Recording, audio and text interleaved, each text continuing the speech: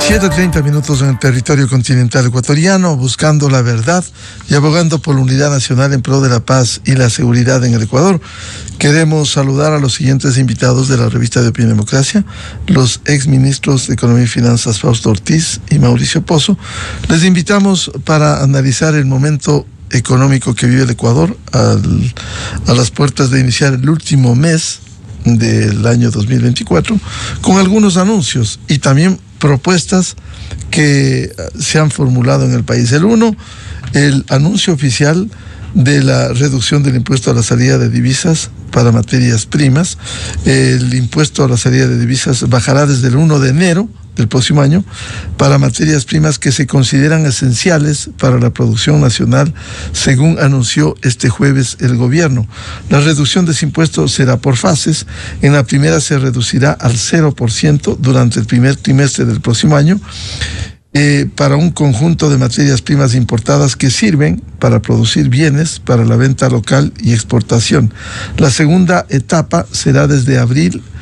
Para entonces la tarifa se ubicará en 2.5%, que es la mitad de lo que rige actualmente el 5%. Además, queremos analizar la propuesta que precisamente se ha formulado de la reducción del IVA, y recogimos ahí la propuesta que ha mencionado Fausto Ortiz. Economista Fausto Ortiz, el tema del impuesto a la salida de divisas, ¿cómo debiera operarse con el anuncio del gobierno, cuando ya hemos escuchado algunas observaciones del sector, especialmente exportador? Buen día. ¿Cómo está, Miguel? Buenos días, gracias por la entrevista. Saludos cordiales a usted, a Mauricio y a la gente que escucha el programa. El ISD iba a estar en el 2% ahora el 1 de enero del 2025, porque había algún dictamen de la Corte Constitucional que tenía que bajarse a 2%, porque la reforma que se hizo muchos años atrás tenía alguna inconsistencia legal, y la Corte Constitucional indicaba que tenía que bajar al 2%. Sin embargo, el gobierno en una reforma reciente decidió pasarlo y ratificarlo en el 5%, después de que el presidente Lasso lo había bajado, creo que un par de puntos. Mauricio podría confirmar las cifras. Y entonces el gobierno da marcha atrás en eso que el gobierno actual, ¿no? En lo que había logrado el presidente Lasso, ir bajándolo gradualmente un punto por año, alguna cosa así, estaba en esa ruta de reducción. Y entonces decir ahora que vas a volver a bajarlo al 2,5 por 3 meses para que se quede ahí, la verdad es que aporta muy poco, ¿no? Si es que quieres dejar alguna política que sirva, debería ser algo de más largo plazo para este 0%. Y he visto voces de industriales, voces de empresarios que dicen, oiga, no nos sirve mucho, ¿no? Porque estás bajándole a algunos sectores y a otros sectores nos están dejando todavía complicados, ¿no? Entonces, yo creo que hubiera sido mejor, ya en el arranque del programa con el Fondo Monetario, que pedía de alguna forma mejorar la recaudación, el buen momento del recaudación del IVA y el buen momento de las autorretenciones hubiera permitido decir, bueno, bajemos ese 5% a todos, aunque esa reforma de bajarlo a todos podría tener una necesidad de hacerlo vía ley, a ponerlo por decreto para algunos sectores no es suficiente, pero yo creo que el gobierno tiene ahí una tarea pendiente en ese camino de reducción del ISD. Y lo otro que yo mencionaba en redes sociales, el gobierno, si quisiera dar algún tipo de alivio a la población por el tema de los cortes de energía y tratar de mover algo las ventas, bien podría bajar ese IVA actual del 15% al 13% por decreto, para que en este mes que viene de diciembre la población sienta algo de alivio de poder comprar productos con una tarifa menor. Y después, si quiere, lo puede devolver, porque lo puede devolver al 15% ya para enero siguiente. Es decir, dar el alivio temporal en este mes era alguna situación que podría pasar un buen mensaje de solidaridad con la población que ha estado impactada. Sin embargo, el gobierno ha reivindicado lo que ha representado, economista Ortiz, el aumento del 12 al 15%, incluso para afrontar hoy en medio de una crisis eléctrica y la necesidad de recursos. ¿Esto sería, de acuerdo a su propuesta, solo por el mes de diciembre?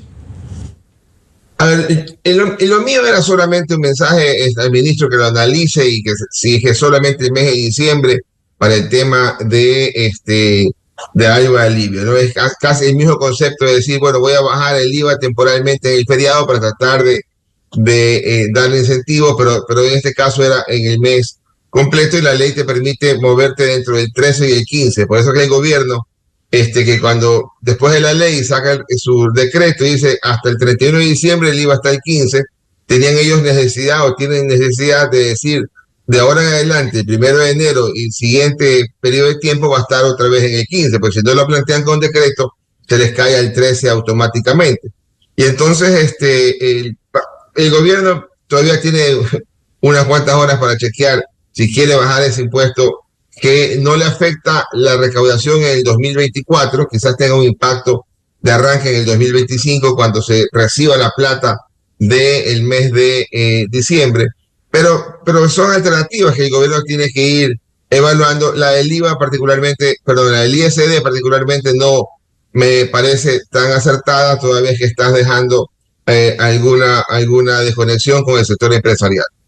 Bienvenido al economista Mauricio Pozo. A ver, el tema de la reducción del impuesto a la salida de divisas, ¿cómo ve usted? Buen día.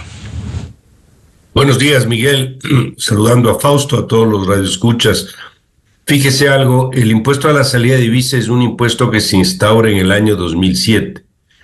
El objetivo, cuando se lo inició, fue evitar la salida de capitales. Sin embargo, a lo largo de los años, este impuesto ha ido convirtiéndose en un impuesto de importante recaudación. Posiciones en la tercera o la cuarta mayor recaudación después del impuesto a la renta y el IVA, terminó siendo el impuesto a la salida de divisas. Si terminó siendo un impuesto importante desde el punto de vista de ingresos tributarios, quiere decir que los capitales siguieron saliendo, porque si no habrían salido, obviamente no se habría recaudado lo que se recaudó. Dicho esto, se desnaturalizó el objetivo del impuesto.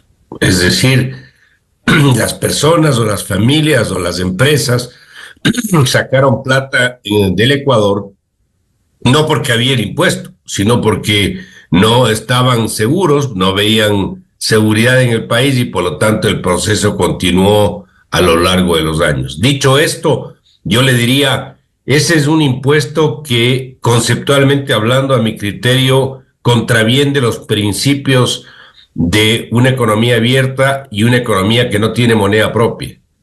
El Ecuador está dolarizado, se nutre de recursos del exterior y esto significa que debería sustentarse en un libre flujo de capitales.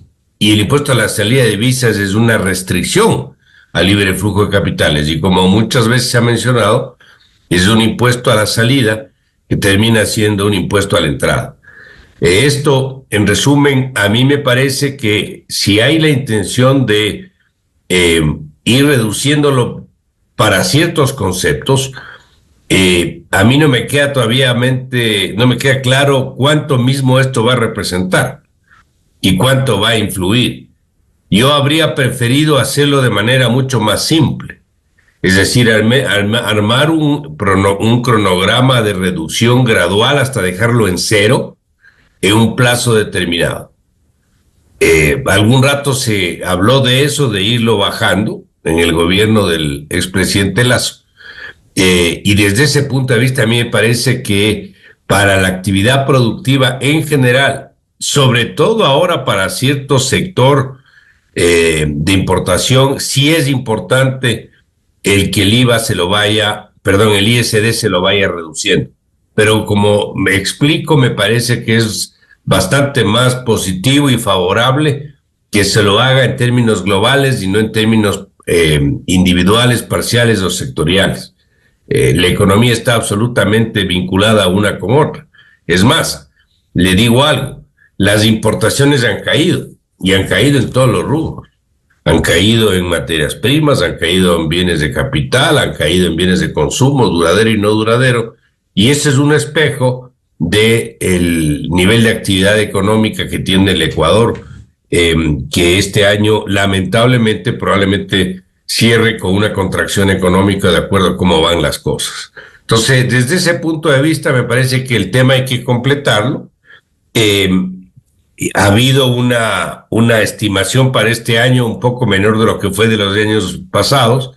Los años anteriores el ISD representó más o menos 1.200, 1.100 millones de dólares al año en recaudación. Para este año estaba previsto alrededor de 950 millones, de acuerdo con el propio programa, con el fondo.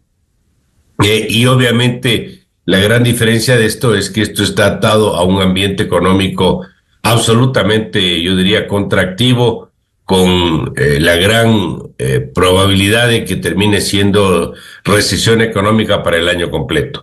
Entonces, yo le diría, ese sería mi comentario, que tal como está, no hay claridad de cuánto va a representar y cuánto va a significar, y creería yo que es bastante más simple hacerlo de una manera general, gradual hasta que llegue a cero, y esto obviamente desde el punto de vista fiscal tendrá que ir supliendo esta falta de ingresos por ese concepto con otras decisiones que tendrá que adoptar el gobierno.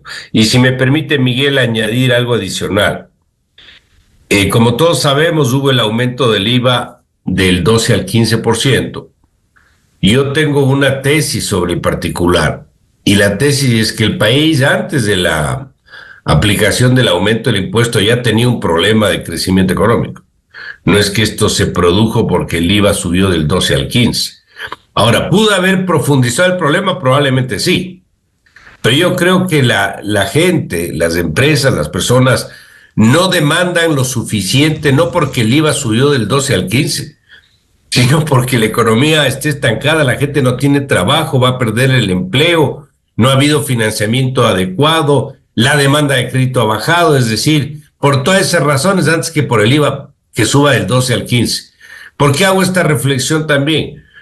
Que el que nosotros tengamos un periodo de reducción del IVA para tratar de estimular la actividad, yo personalmente creo que el impacto va a ser muy pequeño. No creo que sea mayor. Y además hay otro asunto. Esto habría que congeniar con los acuerdos con los multilaterales y con el propio fondo, porque el tema del IVA en general, bajarlo del 15 para mí va a ser imposible. Eso yo creo que se va a quedar ahí por infinidad de razones, muchas de ellas fiscales. Y el segundo, fíjese que las cifras fiscales para este año tienen un ingreso como que fuera permanente, que no es permanente, que son las autorretenciones. Todos los apoyos que ha pedido el gobierno al sector privado, que le ha permitido nutrirse de fondos. Y eso tiene que ser negociado, porque el próximo año, si eso no se repite, va a haber un hueco fiscal mayor. Este año ya tendríamos.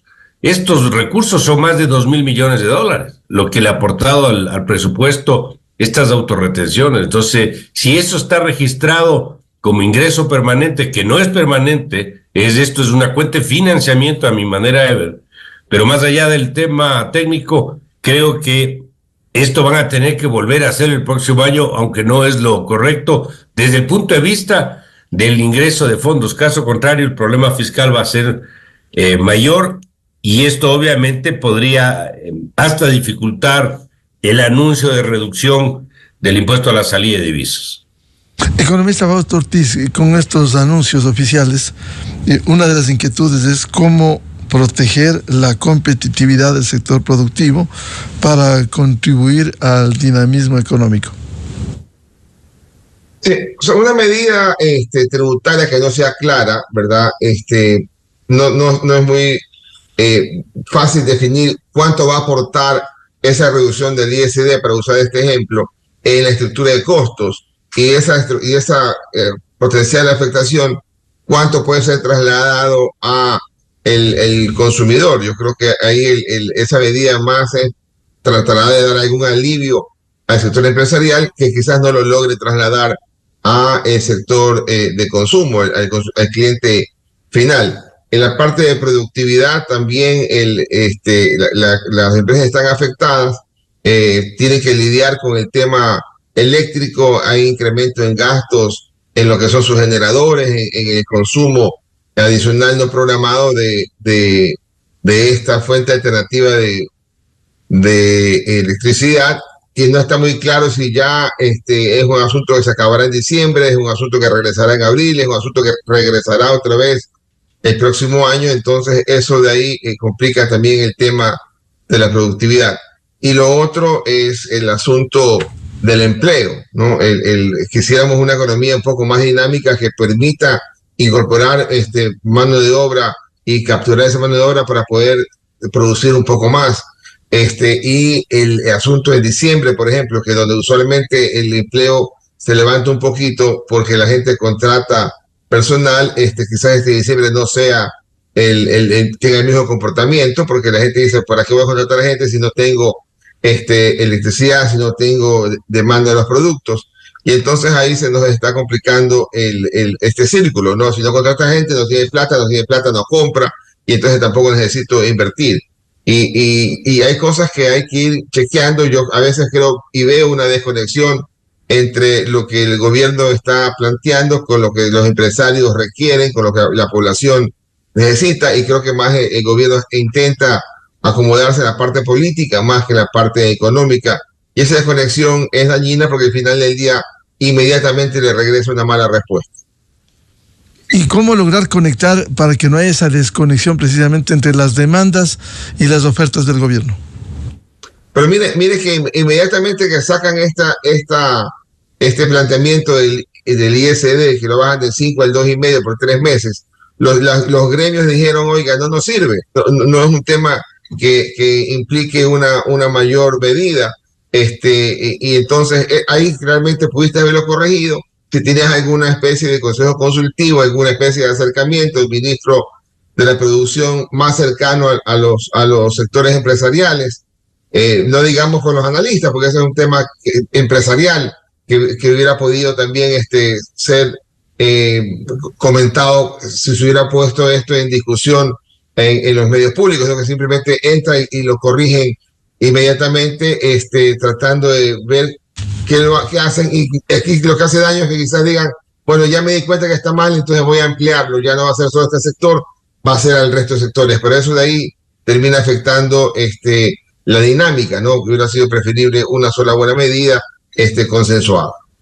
Economista Mauricio Pozo, ¿cómo enfrentar estos anuncios cuando se intenta proteger en el anuncio la competitividad del sector productivo para contribuir precisamente a esta golpeada economía a un dinamismo?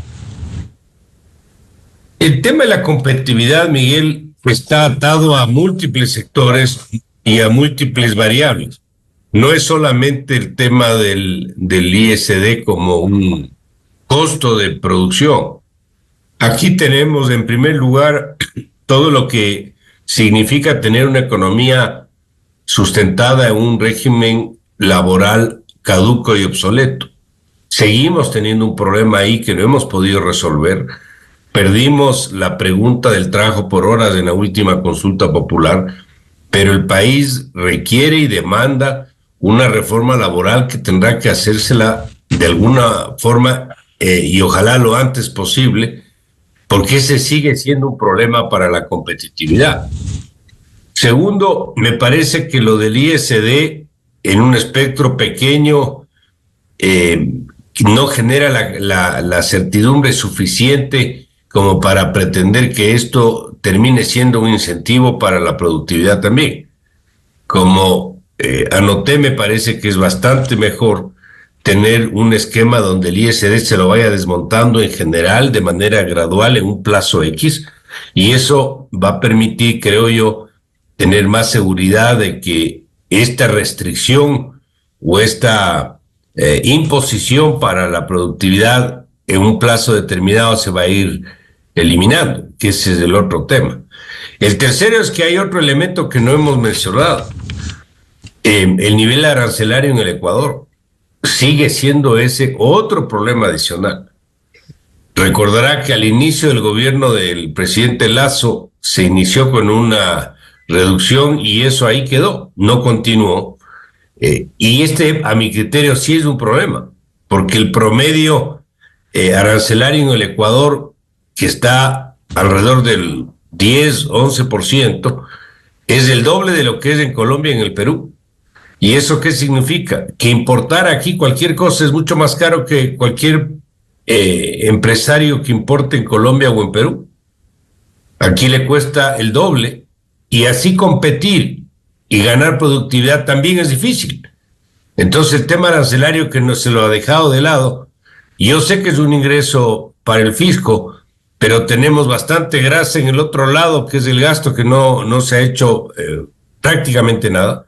Y sobre esa base, ahí también tenemos otro elemento de productividad. El otro es el costo de financiamiento. El costo de financiamiento que es alto en el Ecuador, que está también atado al riesgo país, que lamentablemente tampoco se ha movido mucho. Ha habido algunos cambios ahí, pero no como para decir, esto va en una ruta como lo logró, por ejemplo, Argentina. Ahí tenemos otro elemento que es complicado. La crisis energética, sin duda alguna, es un costo de producción que es más difícil competir. Entonces, si usted empieza a analizar, son varios factores los que inciden en el tema de la productividad, por lo que una decisión parcial, sectorial y temporal, en el caso del ISD, probablemente no dé los resultados que el gobierno ha anunciado. Economista Fausto Ortiz, una decisión parcial y temporal no le va a dar los réditos que debiera esperar un gobierno con la situación económica que vive. No, el gobierno de esa manera no puede pensar en el largo plazo. Lo que está el gobierno es tratando de corregir sus cosas de corto plazo y de alguna forma seguir en el campo electoral, o sea, tratar de pasar ciertos mensajes puntuales dentro del campo electoral, medidas, de alguna forma parches, pero de muy corto plazo, sin pensar en la actividad de largo plazo. Y entonces de esa manera no es difícil pensar que la economía pueda reactivarse rápidamente. El 25 seguramente veremos una economía con un crecimiento mejor que el 24, pero no por políticas económicas, sino por una especie de rebote que tendríamos que esperar después de una caída y crecimiento negativo muy probable en este 2024, pero no es que el rebote va a ser consecuencia de que el gobierno hizo alguna política, adoptó alguna política distinta. El gobierno insiste en seguir en el ajuste, de alguna forma el Fondo Monetario, por supuesto, necesita que se reduzca el déficit fiscal, quiere seguir dando apoyo al gobierno con financiamiento, pero creo que ya el ajuste ya fue suficiente con el caso del IVA, el 15%, las autorretenciones, pero ya creo que ya hay que parar un poco la mano el ajuste, tratar de ver cómo se va a el tema del crecimiento económico apoyado con el sector empresarial, apoyado con la inversión pública que ha estado bastante venida menos en los últimos años. Frente al tamaño de la economía, esta inversión pública de hoy es menor quizás a la que se tenía allá en el 2004-2006. Y entonces hay que irle dando algún tipo de ubicación nueva. El gasto corriente ojalá puedan controlarlo, si no bajarlo, al menos estancarlo ahí en lo que tenga que ver con la nómina, o también ver qué eficiencia se puede lograr con la política que haga el gobierno y la seguridad social, para que ese 40% pueda también encontrar algún tipo de techo y que eso no pueda sacarnos con problemas en el corto plazo también, ¿no?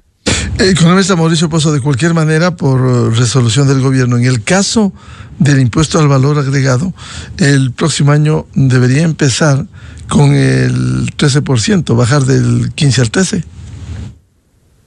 Miguel, capaz me equivoco, pero yo lo más probable que veo es que eso no se va a topar.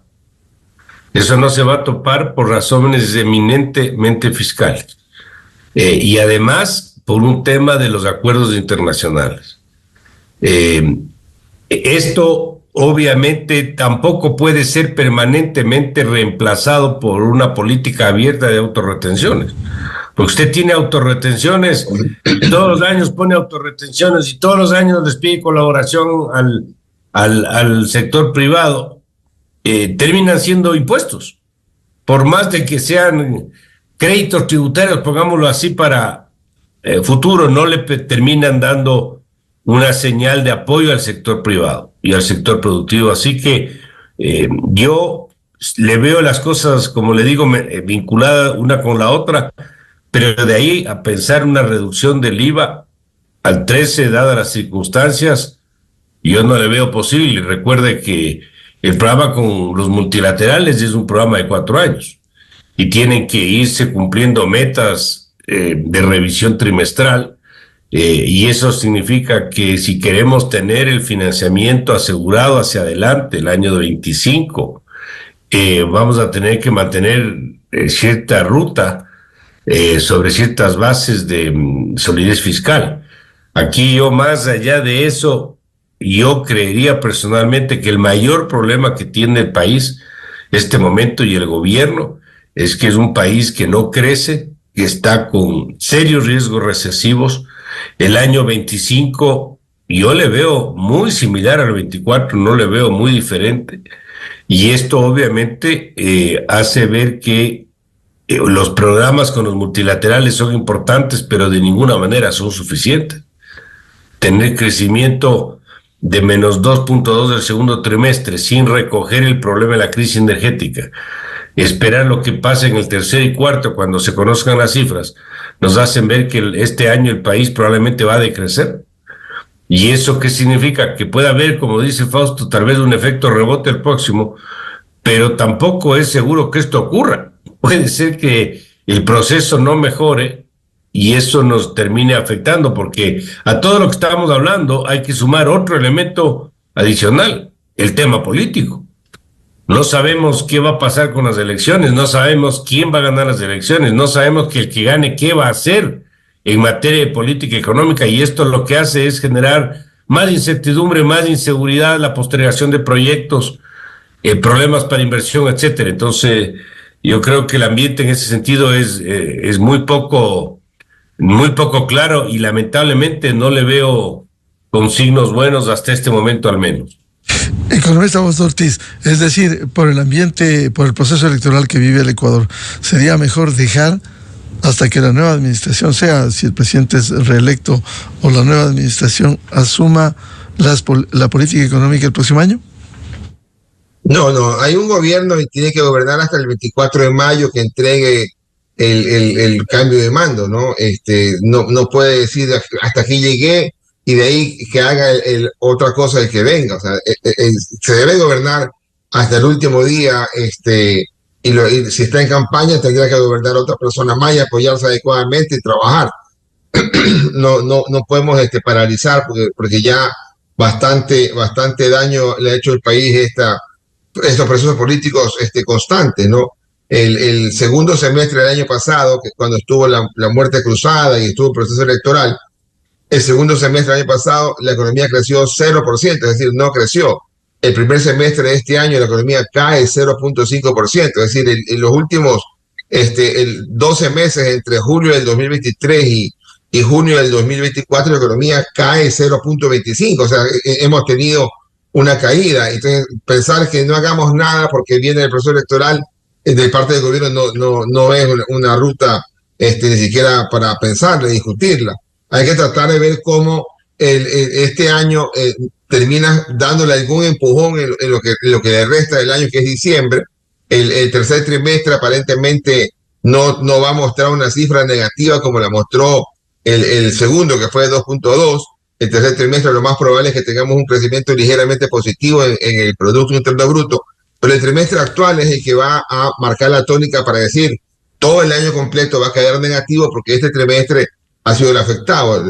No hemos tenido luz octubre, no hemos tenido luz noviembre, la gente sí está de alguna forma preocupada en otras cosas, en materia de la operación industrial, pero quizás no puedes lanzar el tema comercial y la mejora comercial se va a sentir muy la desmejora comercial se va a sentir muy fuerte en este trimestre y el gobierno tendrá que tomar medidas para que la economía se dinamice de cara al siguiente trimestre, claro, midiendo la parte política, porque mañana no se le va a ocurrir a alguien decir, bueno, en el mes de febrero, el día 1 de febrero, 8 días antes de la elección, no voy a focalizar el diésel, pues no, hay ciertos límites también que hay que ir midiendo y teniendo en cuenta.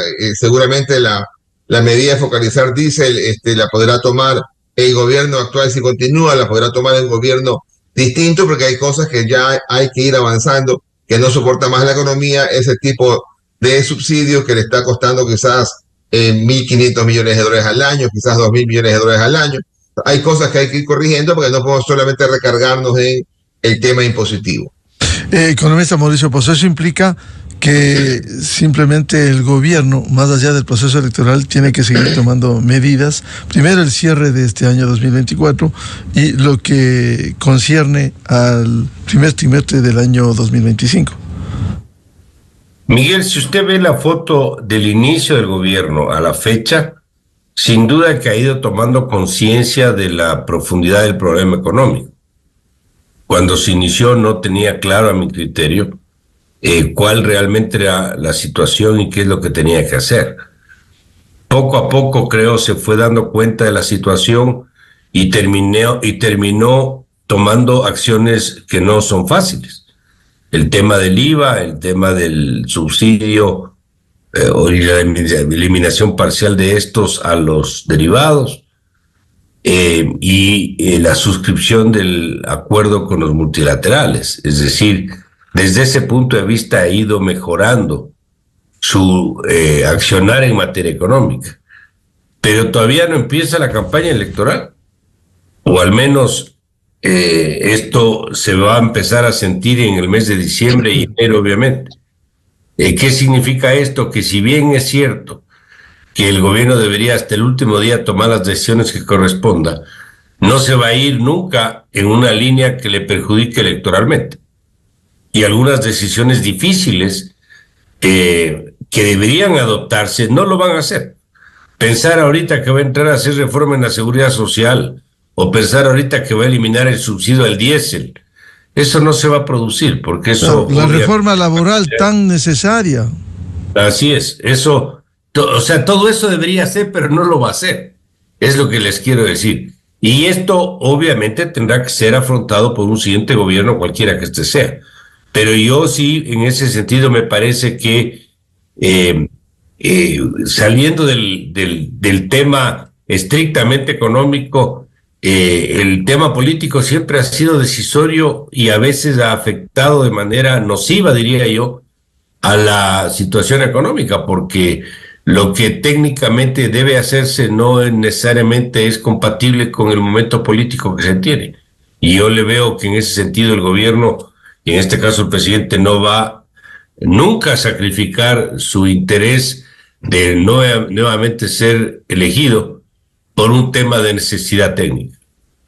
Bien, muchas gracias por atender a la revista de Opinión Democracia, a los exministros de Economía y Finanzas, Fausto Ortiz y Mauricio Pozo, para hablar al menos de estas propuestas de la disminución del impuesto a la salida de divisas y también la aplicación del IVA al 15%. Muy gentiles a Fausto y a Mauricio. Gracias. Vamos a una pausa publicitaria, 8:05 en el territorio continental ecuatoriano, y luego volvemos para hablar precisamente de la reforma parcial a la Constitución que la Corte Constitucional diera luz verde esta semana y que el gobierno ya envió el proyecto de reforma a la Constitución sobre la eliminación del financiamiento del Estado a los partidos políticos del Ecuador. Buscando la verdad. Desde 1984 con Gonzalo Rosero. La revista de Opinión Democracia. Siempre líderes, siempre con...